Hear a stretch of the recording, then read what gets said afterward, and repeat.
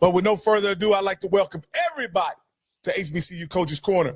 I'm your host, Rocky Miller, along with my co-host, Stephen Campbell. Coach Cole is going to be joining us a little later in the broadcast. But before we get started, I have to ask my co-host, Mr. Campbell, how you doing? Hey, man, I'm here. I have not had any April Fool's foolishness, so people knew not to bring that foolishness to me. So, man, we got another 3 hours to get through this day because there's enough foolishness in real life for me to be dealing with any silly. So, man, I'm excited, man. This, the great thing about, man, this is, to me, a really big show. We have a lot of coaches, but I'm super excited the two guests we have because we have a lot of people talking about what the alumni should be doing, what the AD should be doing, what is their job, and we got a lot of people that got a lot of opinions. But now we're going to be able to talk to people and talk about how they're supporting their universities, what their job entails, and how, we can support them also from the alumni standpoint and supporting the AD. So, man, I am super excited about what we're going to be doing tonight.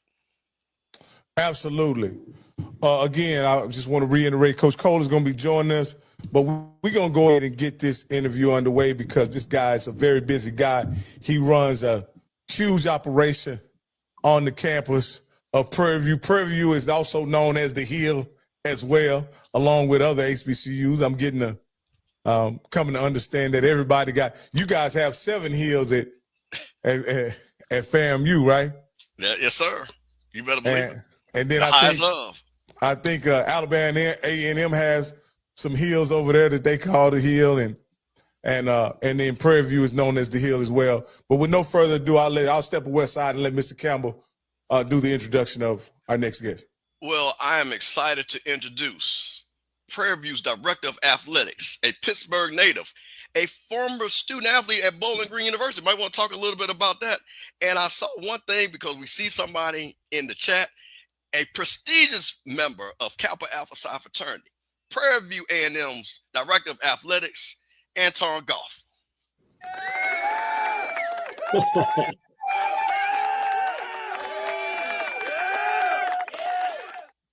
What's up, fellas? Hey, what's up? What's up, AD Goff? I'm good. All right. Well, before we get, as we get started, this is your first time on the show with us. This is your first. Have you made it one calendar year at Prairie View yet? Yeah, I've been here a year and a half.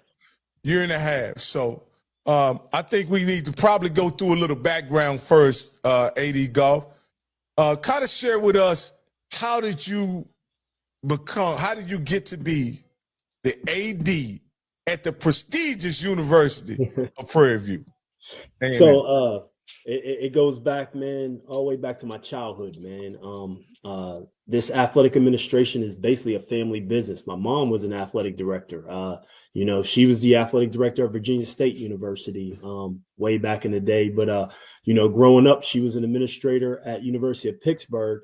And so anytime I wasn't in class or practicing one of my sports, I was on campus at the University of Pittsburgh, and she would just put me in different offices, man, while she went and did some work. And so by the time I say I was like 13, 14, man, I knew everything that happened behind the scenes of an athletic department, right? And so it kind of grew from there, kind of like, a coach's son who goes to a coach's practice and then becomes a head coach. And so that's kind of how it started. I played football, Bowling Green State University, man. And then after that, ended up getting in athletics. I worked at Kent State University in Ohio. Then I worked at University of Maryland, worked at Michigan State, back to University of Maryland, took my first AD job at Bowie State University in Maryland. And then went from there, took the AD job at University of Hartford, AD job at St. John's University in New York. And then went from there to Northern Illinois University as a senior associate AD. And then a year and a half ago, got the call from President LeGrand and got offered the job at Prairie View A&M University. And here I am. Oh, man, that is I noticed something in your journey that I want to point out. Like, you had a familiarity with HBCUs as with your mother being the AD of Virginia State. Yep. So you had a familiarity in an informal fashion, I guess, being that your mother had a formal role, and of course, being her son, you understood that job. And I also get that being a part of athletic department is almost like a family business for you, in that your mother was in it and you're in it. But the one thing I saw it is that through your journey, your first professional introduction to HBCUs as a paid employee was as an AD at Bowie State. So kind of tell me, how did you, because that's not a transition that a lot of people make, go from the PWI space and then journey into being an AD of Bowie State? Yeah. So, the funny thing was I actually lived in the city of Bowie, but didn't know where Bowie State was, right? Because I was so focused on University of Maryland and went opposite way. But I got a call from the VP over there, and somebody had given them my name, and they asked like, hey, would you be interested? And I was like, probably not. Like, I'd never been at a Division II institution. It wasn't even an HBCU thing. I just had never been at a Division II, and I was used to resources. But they had asked me, just come over, man, have lunch with the president. And what's so funny, Dr. Burnham, who was the president at the time, he's from the Dallas area. So he's from Texas, dressed up, got his cowboy boots on, got a little bit of that Southwestern slang accent. And I went over there, man, and was so impressed with him. And so, and like, God works in mysterious ways, man. Like, I went over there and I immediately had a vision of what that place could be. And at first kind of resisted it and went back and was like, no, I'm pretty good where I'm at. But they kept talking to me. And finally, man, I prayed on it and came to the conclusion, man, like I needed to be over there for some reason, right? It was just right. And so that's how I got to Bowie State. And, I went there and developed the facilities. And because of the relationships I had with those folks at the University of Maryland and the state legislator, that I'd helped, develop relationships with our high-level coaches, I was able to leverage my relationships to affect Bowie State in a positive way. And so it was just meant to be, man. And so I had a great time there and, moved on, and then, obviously had an opportunity to come back, man. Well, that's awesome. That's awesome. Now we get you to Prairie View. Well, let me ask you this. At Bowie, can you recall how many coaching hires that you made at Bowie? So at Bowie, I think I made maybe 3 or 4, if I'm mistaken. The football coach was already there. Basketball coach was already there. I hired the women's basketball coach, bowling, and I think softball coach I hired. I'd have to look back, but I hired a couple coaches. Mm-hmm. Okay, cool. We have our main man here, our featured host, which is none other than the SWAC legend himself, the man that won through 6 touchdowns playing against Jerry Rice and Willie Todd. None other than Johnnie Cole. What's up, Coach? What's up, Mr. Goff? How you doing? I'm good, bro. How you doing, man? Man, sorry for my tardiness, but man, got to do what a man got to do. I referee games now, so I kind of like staying close to the game. I got you. Yeah. Well, we got him all the way from when he was a child with his mother at Pittsburgh University, and then we got him all the way up to Bowie State, and kind of give us, because this is always interesting to me. How does it unfold that a guy all the way in Maryland becomes the AD of Prairie View University?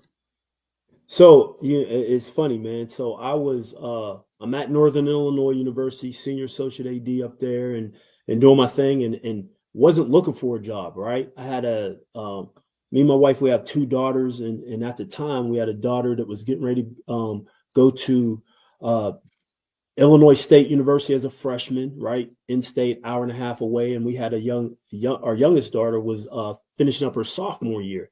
And so, I had promised my youngest daughter that I wasn't going to move her, because we had moved from Connecticut to Illinois, and, and it was like during the COVID time. And so, I said, listen, man, I'm not going to move you again. Like, you straight up here. And I get a call from the search firm that I had used to hire a volleyball coach at Northern Illinois, right? I thought they was calling just to kind of get a name or something when they mentioned they want to talk to me about Prairie View, because I was actually on the golf course at the time and was like, couldn't talk to them. And it was like, hey, we just want to talk to you about Prairie View. So I thought they was asking me about some people I might know might be interesting, because I hadn't applied. I wasn't really looking at it like that. And then after I got off the golf course, called them and said, hey, man, the president wants to talk to you. And I was like, okay, I'll try to get some names. They're like, no, the president wants to talk to you about the job. And I was like, oh, man, I ain't even thought about that. But what's so funny is that I had visited Prairie View before. I knew Ashley Robinson, my frat brother, who was, used to be the AD at PVU. Now he's at Jackson. And I always said in my mind, if I was ever to go back to an HBCU, it would be Prairie View. And the reason why is because the resources available, the education that Prairie View offers, and the location. I love Houston. I love the Cypress area and the suburbs. And so I always thought that would be a great place to work if I was ever to come down south or something like that. And so in having a conversation with the president had been here 2 months, and this was her first big hire. And one of the things that resonated with me is she was like, I am a first-time president, but I'm not going to hire a first-time AD. And to me, that resonated to the fact that she understood like what she needed. And so, we had conversations, man, for a while. And then without me even coming down here, she was like, I know what I want, offered me the job. I talked to the wife. Wife was like, I'm going to support you. Talked to my youngest daughter. She was upset. And I was like, we're going to get through this, baby girl. You know what I'm saying?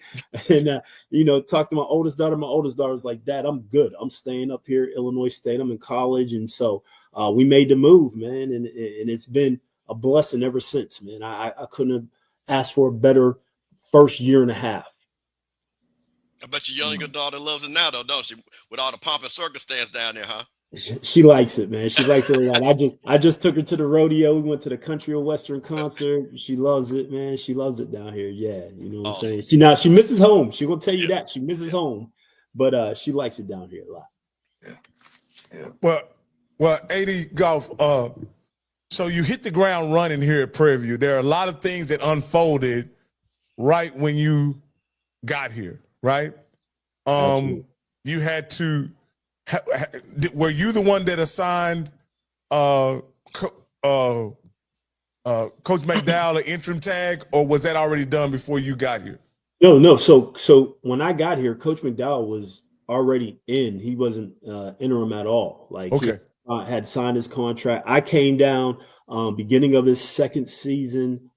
Like, I literally started that Monday of the Labor Day Classic. So my first day on the job, I was downtown talking trash about a rivalry that I didn't really know about, you know what I'm saying? But I understood rivalries, you know what I'm saying? Being at, the Maryland Duke rivalry, the Michigan State rivalry, Kent State, Akron, Bowling Green, Toledo. So I've been a part of a bunch of rivalries, the Bowie State, Virginia State deal. So I knew what that felt like, and I understood the importance of the game. So my first day, man, I was down there talking trash about how we was going to win the Labor Day Classic.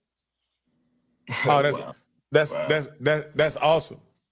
So you got two football seasons under your belt here? Two, yes. Yep. 2 football seasons under your belt. And then all of a sudden you make the decision to not renew Coach McDowell's contract. You end up in a situation where you're looking for a head coach. And we're running this all the way down to where we are today. What was your concerns about hiring a new coach? What was your priorities when looking for a new coach? Yeah, so it came down to, right, Coach McDowell's my guy. Like, one of the best dudes I've ever met in this business, man. We were friends. We talked about spiritual stuff, man, but when it came down to it, right, I had seen 2 seasons of football. My very first season, we win the West, play FAMU in the championship, don't win. Next season, we got high expectations. We did not come close to meeting those expectations. So now he's at the end of his contract. I have to decide whether I want to do a 1-year deal with him to say, hey, let's run this back 1 year, or do a multi-year deal with him, or move in a different direction. And I never like at the end of end of a contract, giving a coach a 1-year deal and saying, hey, man, you got to make some changes. Because now when you're talking about hiring support staff, it's hard to get the best people out there when they know they're coming in with a coach that's only got 1 year on his contract. I also felt like we weren't at the level where I was comfortable enough to do a 3 or 4 year contract, right? So I came to the conclusion that I needed to make a change. I need to put my imprint on this, not just the athletic department, but this program, because I view myself as a football guy, right? And so I've been around high level coaches. I've worked with Coach Loxley at Maryland. I've worked with Coach Franklin at Penn State, Coach Gundy at Oklahoma State, and guys like that, right? And so I know what it's supposed to look like, what it's supposed to smell like, what it's supposed to feel like. And I wanted to get to that feel. And so went to the president and said I wanted to make a change. She said, okay.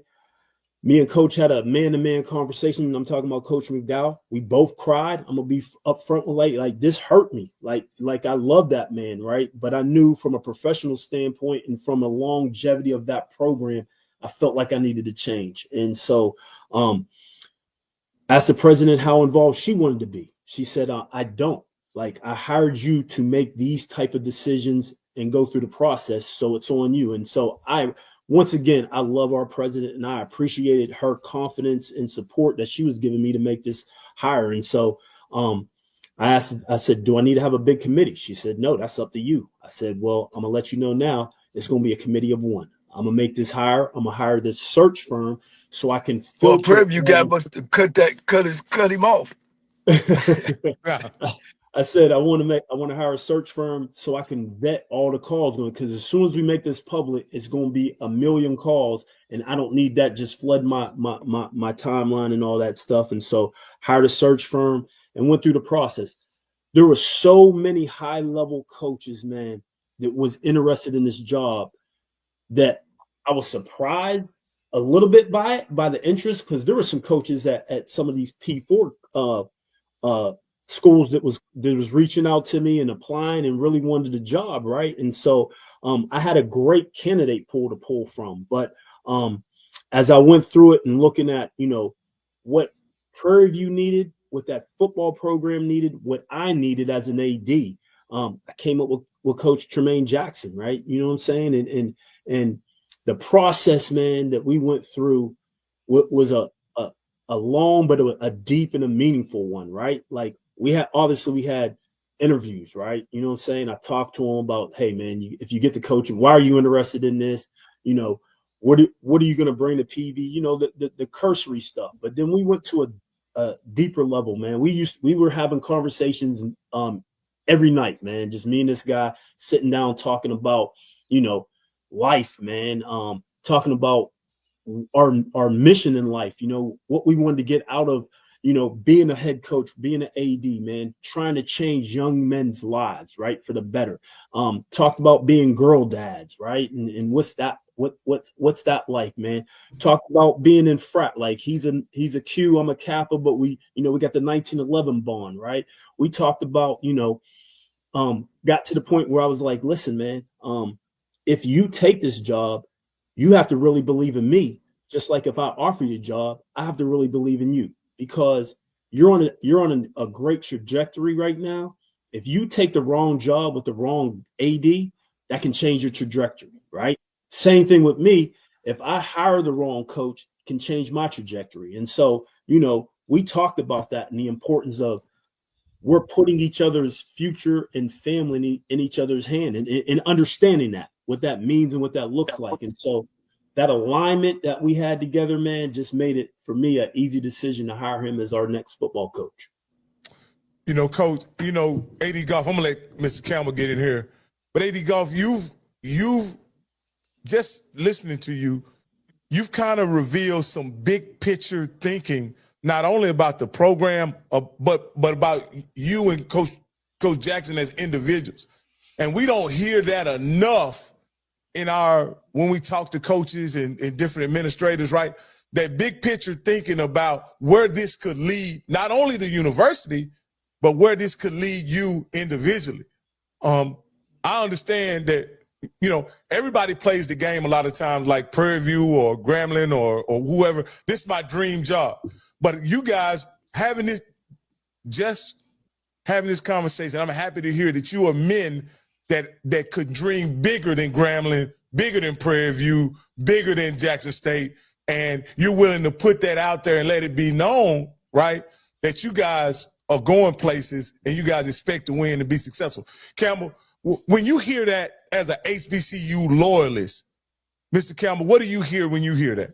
Well, I'm super excited because we all know it starts at the top. And every decision he makes, he's got a lot of people that he's got to answer to. He knows exactly. You got alumni, you got a street alumni, you got the faculty, you got coaches and things like that. So the thing that I've always wanted for all of our HBCUs, and me and Coach Cole talked about this, and this is what's going to kind of lead into it. You were a former athlete. And one of the things that back in the day, a lot of our ADs were former athletes and things like, or former coaches. So they really understood from the athletic level of what needed to be done. I was super excited about that. So what part of you being a former football player yourself, and you see these former athletes and say, you know, I have your experience. I know exactly what you need. So how did that play a role as far as some of the decisions that you're making for Prairie View? Yeah, so the student athlete experience is super important to me, right? You know, and I know part of the student athlete experience is feeling like you're able to be competitive when you step on the field, right? There's nothing worse than you stepping on the field and knowing you got no chance to win, right? And so I think about that, and one of my jobs is to make sure we have a great student athlete experience. And trying to do that is providing the resources so our teams can compete for championships, right?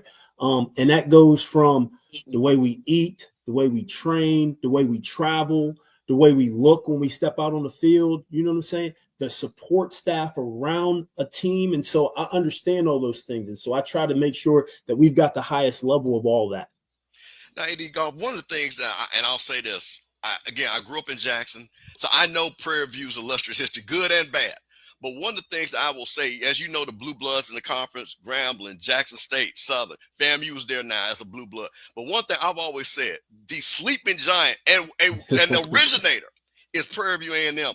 And for everything that you guys have, you're talking about great academic institute. You're talking about a great location being in Texas, like you say, not far from Houston. What were some of the things that you said when you looked around and said, okay, I know where we're at. What can I use that you already have in-house because of location, because of the athletes, and because of the academic school that Prairie View to say we can go to the next level and be a championship squad? And all, because see, Prairie View is one of those schools that I look at a FAMU, I look at a Jackson State, I look at a Southern, where you should be good at all sports. Baseball, Texas is a baseball state, basketball, football. So what are you looking to do to elevate all those sports, not just football, even though I know that is, as they say, the gatekeeper, but for all your sports, and use that as an advantage?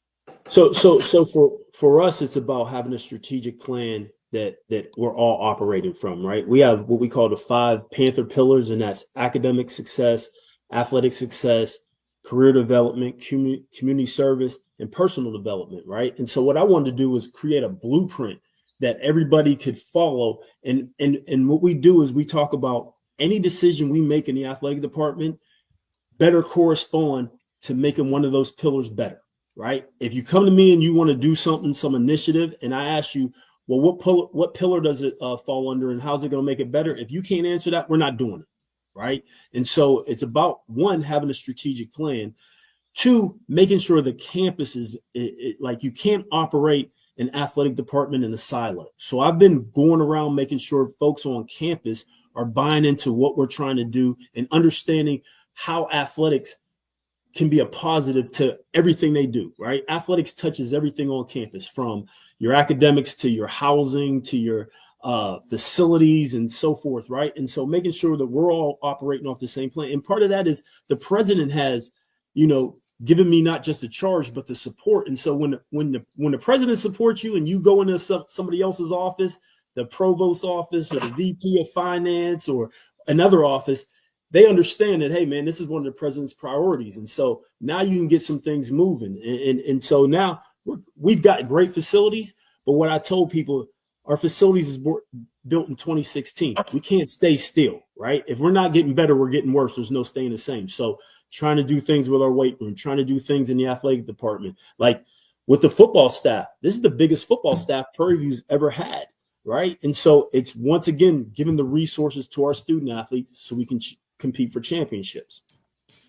Go ahead, Coach. I want to let you get in here because I know as a HBCU guy, what are you hearing when you hear AD Goff speak? Well, you know, just his professionalism and his guidance.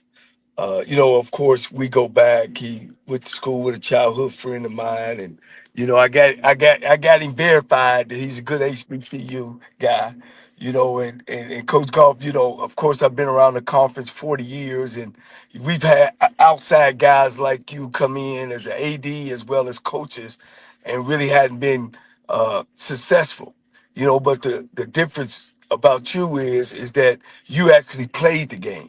You was a football player, and then the experience that you had at major schools as well as board. You've coached from the bottom to the top. So you went in, and Tremaine, I can't say enough about Coach Jackson. I've seen that kid.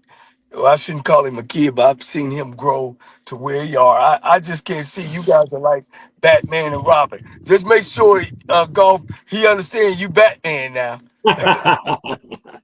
No, we good, man. It's a partnership. You know what I'm saying? Yeah. I always tell him all the time, like, I ain't your boss, man. We partners in this. I'm gonna try to give you the resources, but once I give you the resources, I need you to be successful with them.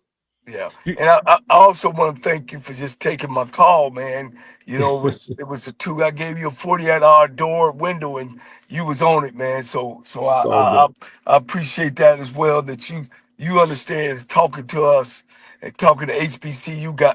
It's important, because our clientele is, not necessarily just African American, but HBCU graduates, and now on the outside. You're going in this season with him. It's a lot of, I ain't gonna say pressure, but both of you guys are so positive. It's like Muhammad Ali, y'all Muhammad Ali. Oh. And then y'all pull this thing you guys about to pull off the scrimmage. You're actually moving it from Prairie View to Houston, man. I think, how did that come about? And the importance of it. So what Coach wants to do, and we talked about this, is having a presence more in Houston, having a presence, in the state of Dallas. I mean the state of Texas, right? Whether that's Dallas, San Antonio, Austin, wherever it may be. Like, one thing we understand, right, is that when we recruit a student athlete, and I don't care if it's football, if it's softball, or any other sports we have, like, we're not just recruiting against SWAC schools because we're in the state of Texas. We got to fight the Stephen F. Austins, the Tarletons, the UTSAs, the Incarnate Words, right? And so it's about making sure that we've got a strong presence in Texas and making sure that we are competing at that same level of these guys, right? Because if we can't get them out of Texas, then we got to go somewhere else and get them. But being that we're here in Texas and we're part of that Texas A&M system, like, we've got to have a presence. And so we got to compete against those guys. But then we also got to compete against the Gramblins, the Southerns, and, all the way over to FAMU and all those guys too. So it's making sure that we are at a level that we can go into somebody's home and offer them a great experience and a great education. What are some of the things, Coach Goff, that not only do you have your head coaching doing, and how important are them to carry the torch to the community? Do you have things already in place? And the reason why I say that is, we think now in HBCUs that if we go hire a celebrity coach and then he take a picture with the governor or the mayor, to me, all that stuff should be set up anyway by the athletic department. Don't care, because we're a state school and we need these people behind us. What is your plan or what you already got in process when a new coach come in? Yeah, so obviously for us, what we did with Coach Jackson is get him out in the community, right? Like, me and him have been everywhere, all over Houston, all over Cypress, up in the Woodlands, Tomball, Spring, whatever. Like, going out, making sure we're shaking hands, meeting the people, letting them know what our vision is, letting them know how they can support us. You know what I'm saying? But then also, our president does a great job with the state legislator to make sure that the school is getting funded at a decent level, right? Which then comes back to us, you know what I'm saying, when we need something. And then, you know, I'm in the process right now of doing a multimedia rights deal with a company that's going to come in, sell our corporate sponsorships, hopefully get some naming rights, and then also handle our tickets, right? Because other places I've been, like Michigan State, Northern Illinois, they've had those companies and those partnerships, right? And so we're looking probably signing something really soon that'll give us a different presence, right? And not be just an FCS, but that higher level FCS, that group of 5 that we're trying to compete against.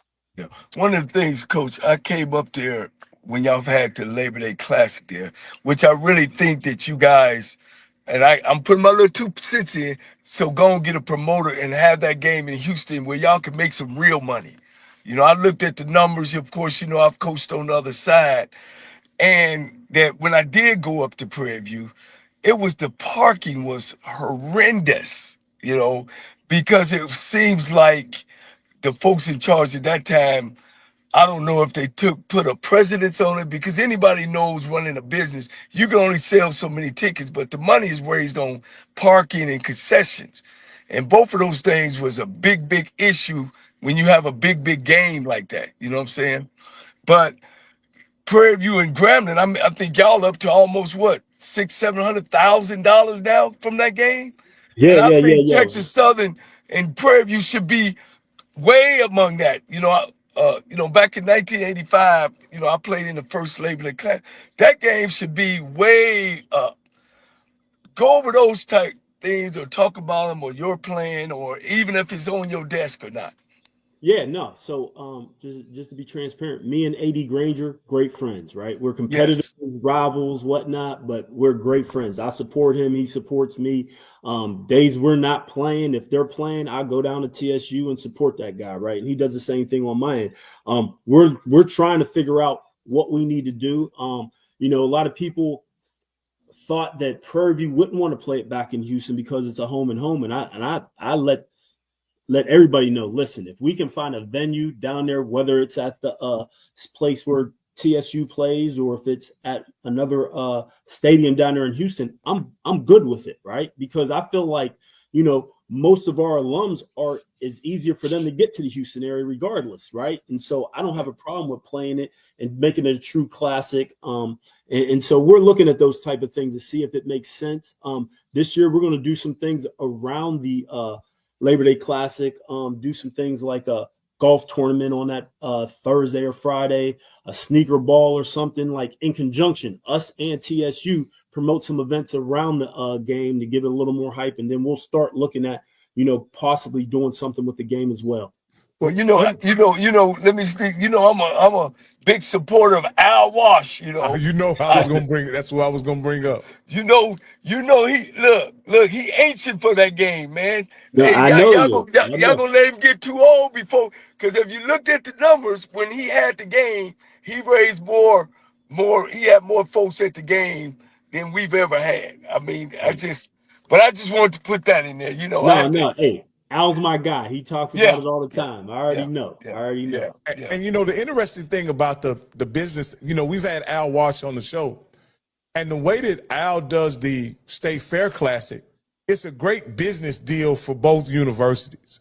You know, you can't, to be honest with you, you can't always say that about every classic that every school is in.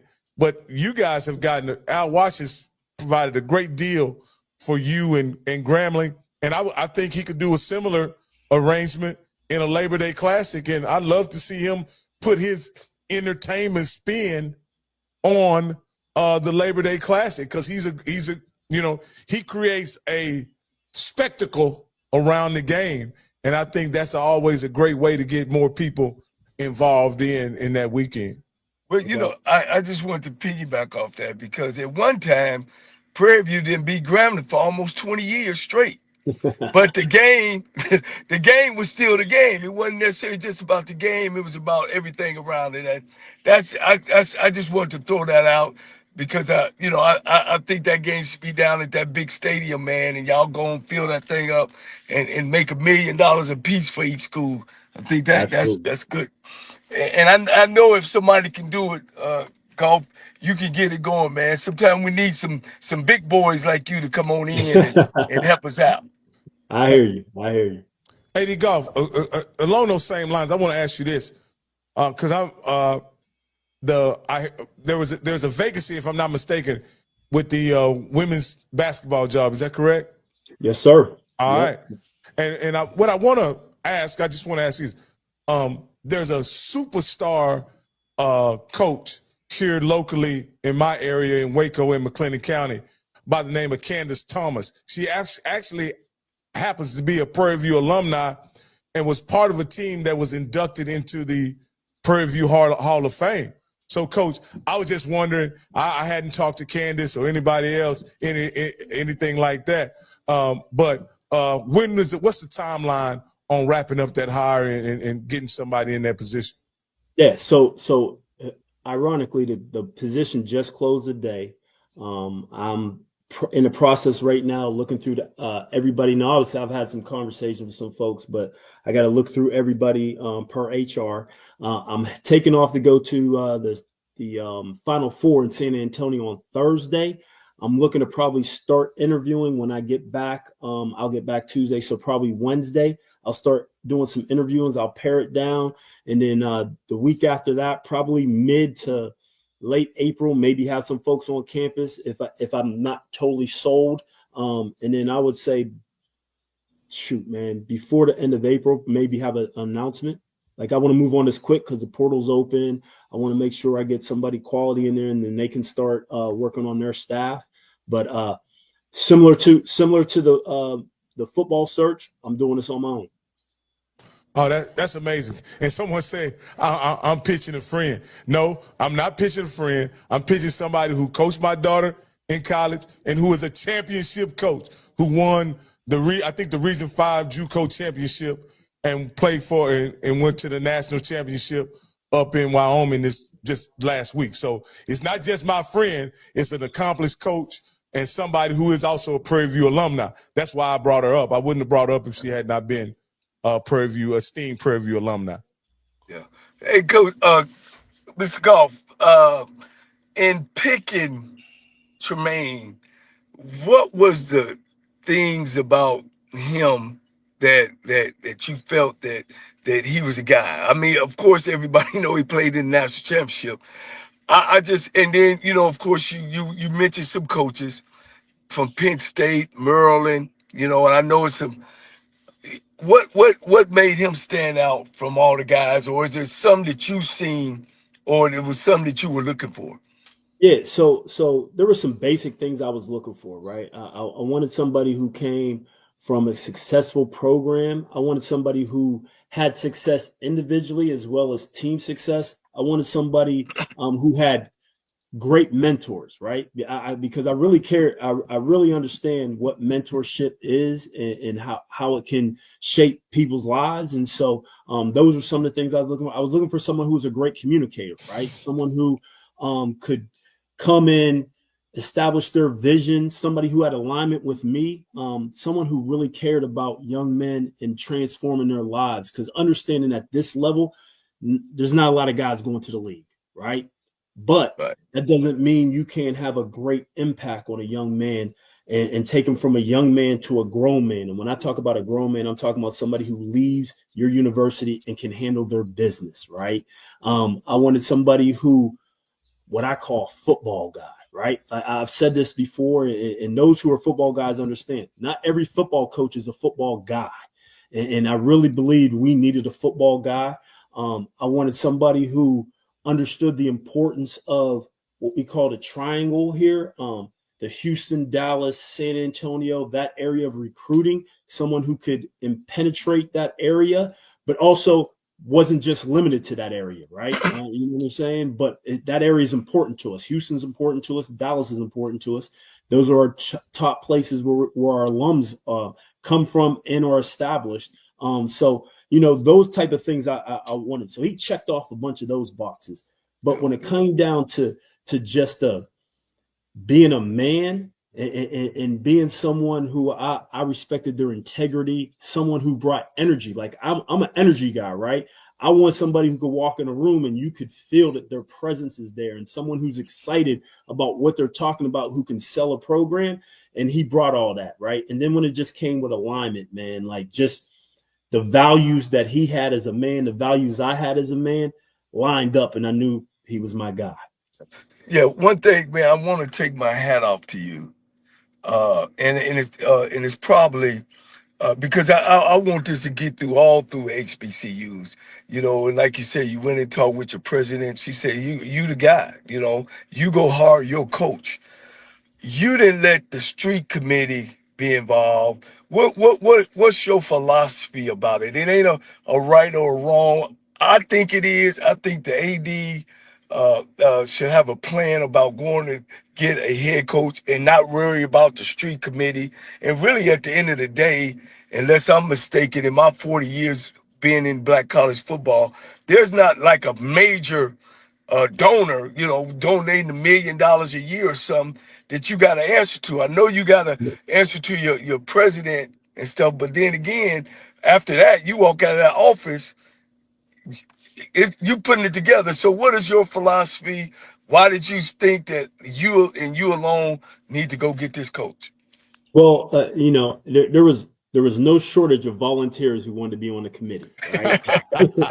That were either alum or community members or faculty or staff, whatever, right? And so, and I respect that, right? And everybody has their opinion on who should have been the coach, and whether Bubba should have stayed, whether Bubba should have been let go, whether Tremaine was the right man or somebody else. And what I respectfully told everybody, I said, listen, at the end of the day, like whether this works out or not, as an alum, you can never not be an alumni. Once you graduate from Prairie View, you're an alumni for life, right?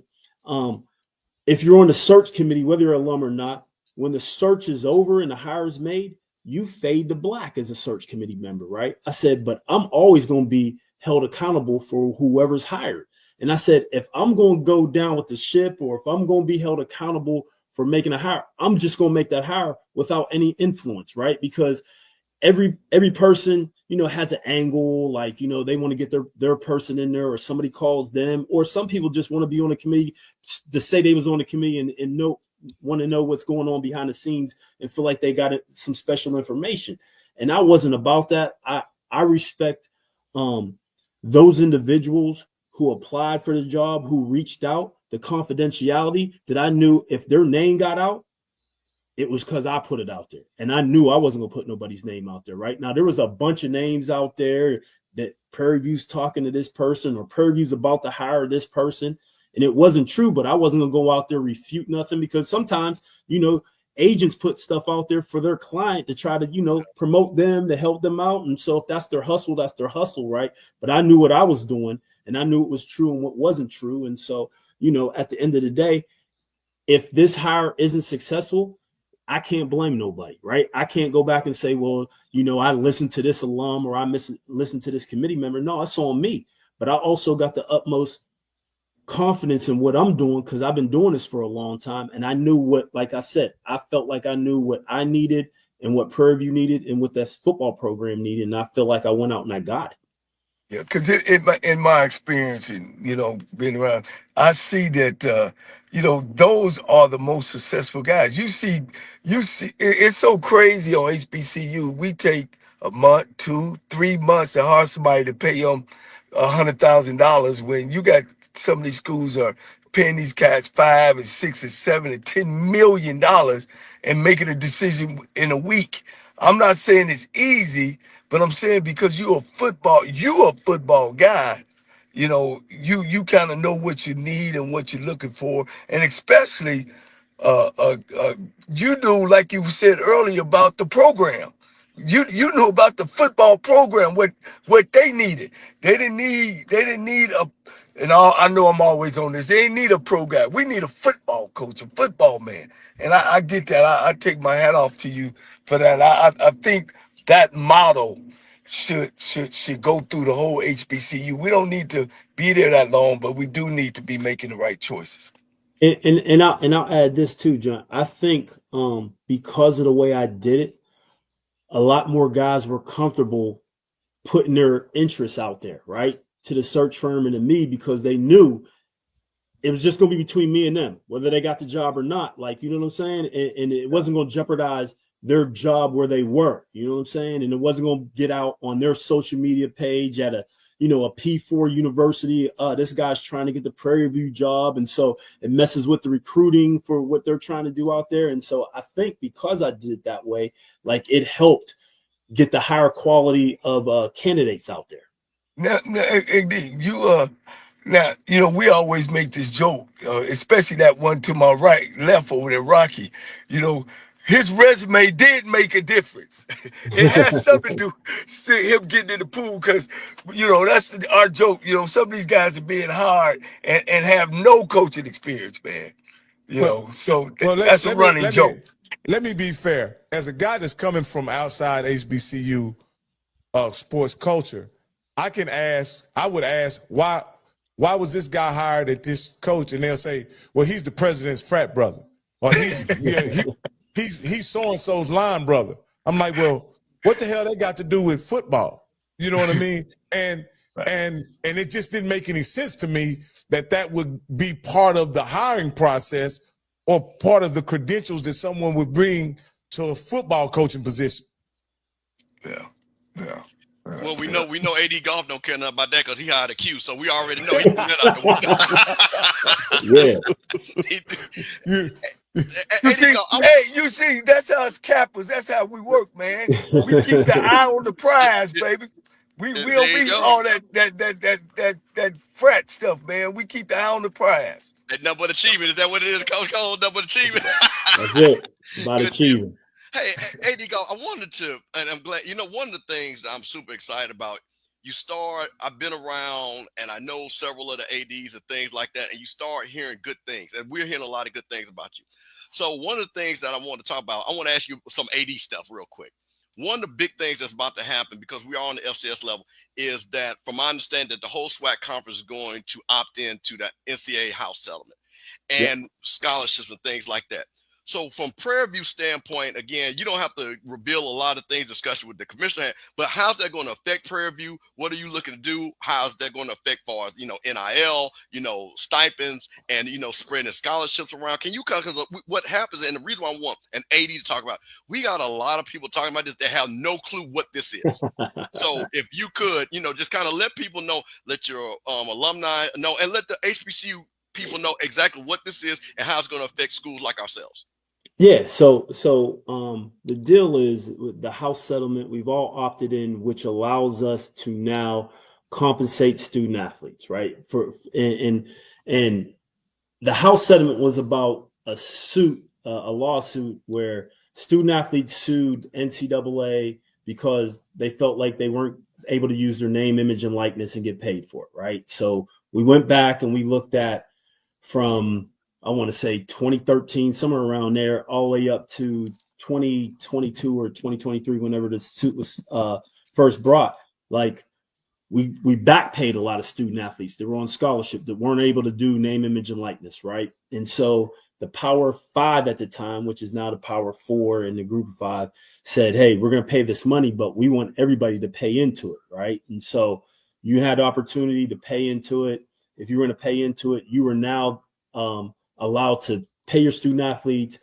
Scholarship limits were taken away, and what they do now is roster limits. So previously, before, they didn't have a cap on your roster limit, but we were only allowed as an FCS to have 63 full scholarships to divvy up however you wanted to divvy up, right? Now, at the FBS level, Group of 5, Power 4, they had 85 scholarships, but they couldn't divvy them up. They were strictly, if you had a scholarship, you had a full scholarship. If you didn't, or there was no partial scholarships, it was just one scholarship. Where in FCS, we were allowed to break them up. So I could take a full scholarship. If I wanted to give somebody 50%, I could do that and split it in two. Well, what they did is they said, we're going to do away with that now, because the student athletes sued and they won. And so now what they did, regardless if you're FBS, FCS, the roster limit is 105. However many scholarships you want to put up to that 105, you can put it up to that 105. So if you want to have 105 full scholarships in football, you can do that. I don't think anybody's really going to do that. The SEC's already said they're going to stay at 85. A lot of the, I want to say the Big Sky and another, might have been Missouri Valley, another FCS conference already came out and said they're going to stay at 63. In the SWAC, we haven't set a number. We've said, do what you can do what you want to do. What that is now going to do is going to have some folks who are really football heavy is going to probably go above the 63 scholarship limit, 65, 70, 75, whatever that looks like. But now all of the sports, instead of having a scholarship limit, it's a strictly roster limit, right? And so you decide now how much you want to put into each of your sports. Like if you really feel like you can be good at baseball, you're probably going to fund that at a higher level than it was before, or whatever sports you feel like you want to be successful in, basketball, football, track, whatever that may look like. And so that's part of the new deal. The other thing is now, before, every state had a different NIL deal. Some states you could do NIL on your campus. Some states said no. Now you can bring NIL in-house. So one of the things I'm going to do is I'm going to have an NIL fund now, right? Before I had to rely on everybody else to say, hey, if you want to be in a part of a collective, or if you want to do an NIL deal with one of our student athletes, that's between the student athlete and you. Well, now we'll be able to do that. So if I fundraise some money, or if I do corporate sponsorship and I put some of that money towards my NIL, I'll have a pot of money. And if my coach says, hey, I got a young man or a young lady that I want to give a certain amount of money, now I'm secure that I know we have that, or we don't have it, right? Before it's, I wouldn't know what one of our student athletes deal was with an alum or a collective, because that was strictly between the student athlete and them. They just had to report whether it was over $600 or not. Now I'll know what we're doing. And then part of it is, if you've seen across the landscape, guys complaining about, hey, I got promised a certain NIL, I didn't get it. Now I'm going to sit out, I'm going to transfer. Well, you'll be able to minimize some of that stuff, because if I know that the student athlete in our department have a certain agreement set, I'm going to know whether that student athlete's actually receiving those funds or not. Now, AD Golf, one of the things I saw also is that we have the option, because of FCS, that we don't have to do the revenue share. That's an option. Is that correct? But I'm understanding. Yeah. Okay. Everybody has that option. You can go up to, it's either 22% or 22 million. I can't know off the top of our head, right?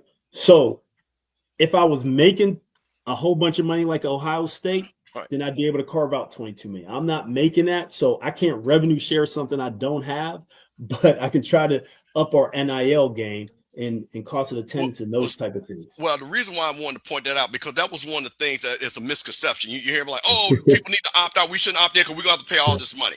My point of it is, what we try to do is get factual, because, and which I understand a lot of fans like there, and I think we saw this in the chat, because I think what a lot of people are saying is, we didn't create this problem. Why are we being the burden with the problem, per se? You know what I mean? Looking at, hey, because they're looking at the Georgia's got to pay their student athletes $150,000. What does that mean for us? Like you say, FAMU, a Prairie View, a Grambling, Jack State. And let's be honest, we would love to do it, but I'm just being honest. I don't think any of our universities say, hey, we're going to pay all of our student athletes $30,000. You know what I mean? Just $30,000. Yeah. That's just something that if at any point an institution abided by the NCAA rules, you did contribute to the system that exploited players. And I hear people from HBCU say that all the time. But the fact of the matter, being part of an organization that exploited players, you did contribute to it. Well, let me answer that. And I don't want, because I want to get back to AD Golf. Let me answer. See, AD Golf, this is why I got to jump on him. You can say that we were part of, and AD Golf understand this. The reason why we're part of it is because of basketball. Let's be honest. That's what we are part of, the FCS part of the NCAA, because of basketball. But there are things, because AD Golf know this, we do not have the voting power. We do not have the leverage for things that even we had to beg to have a celebration bowl. So even certain things like that, even your coach Tremaine Jackson tried to get with Dion to do, potentially have the spring game, and they shot that down. You know what I mean? So the thing about what I agree with you, Rocky, to the letter of the law, but the thing about it is, we have always been academic mission focused, and athletics has always been part of our traditions. Now, AD Golf, I wanted to ask you another thing too, which I think is very important. when you're sitting back here looking at this, and this is kind of what it goes into, you talked about now the fundraiser and bringing that in-house. Now, one of the things that I think that's just real important, and I think as far as value, is the season tickets. I think that's one of the things that I see that Jack say. I think A.D. Robinson doing some innovative way in his season ticket. He's going to take a piece to fund this fund. So can you talk about what you're looking to do to increase the season ticket sales? What does it really mean? Because I've seen some things that Prairie View is doing, but once again, this is one of those shows we like to get facts. So tell us what you're going to do, innovative, and is that going to be part of something that you look maybe not this year, but maybe going down the line where you're going to be funding your NIL? Yeah, absolutely. So that's one of the things we've been talking about, and that's one of the reasons why I've done that multimedia rights deal. So when I bring that organization in-house that'll do our corporate sponsorship, do our ticketing, that'll be part of how we carve out some of our NIL deal. For us, season tickets are super important. We did a really good job last year with our season tickets. Anybody who's out there that wants to buy season tickets, go on pvpanthers.com, hit the ticket button, get your tickets. And if you want to be able to RV tailgate at homecoming, get your season tickets, because those are the folks going to be able to get the RV spots first. So go and get your season tickets now. But so everything we do, and when we do guarantee games, whether it's basketball, whether it's football, we're going to look at, being able to carve off a piece of that, you know what I'm saying, to put into our NIL pot. Coach Jackson, we just launched a brand new 35 for 35 campaign for Coach Jackson, right? You know what I'm saying? He's our 35th head coach. And so we're asking every alum, every booster, everybody that cares about the program, give $35 or more, trying to get him $350,000 so he can use at his discretion, whether that's part NIL, whether it's part buying equipment, upgrading our weight room, those type of things just for football. We're putting that in the football excellence account. And so, doing those type of things, right? We're going to be able to bring somebody from the advancement. We just revamped our advancement office, right? It was part of it was the foundation, part of it was the Office of Development. Now that's going to be under one roof. Our vice president is designating somebody just to do athletic fundraising that'll look at our annual giving, our major gifts giving, and our state giving like for athletics. Be able to have tiered giving, so those when you give, you can get certain benefits. And so we're revamping the way we do it. Like I am trying to take everything that I have had at a PWI or Bowie State or wherever and bring that here. And maybe we're not doing as big as Texas A&M, but we're going to have the same type of structure, mentality, philosophy to get us to the next level. Well, let me ask you this, AD Golf, because this is something that's very confusing to me as a person to understand the business of collegiate athletics. When you talk about schools like the University of Texas and stuff like that, they always talk about how much money they're able to give back to the school because they have, excess or overage or whatever, right? When HBCUs talk about athletics, they always talk about it as being a deficit or something that is a drag on the overall budget of the institution. My point in saying this is that when money is generated. My name is James Jr., and I want $500 for the lunch money for keeping up with the Jonas Bracket Challenge.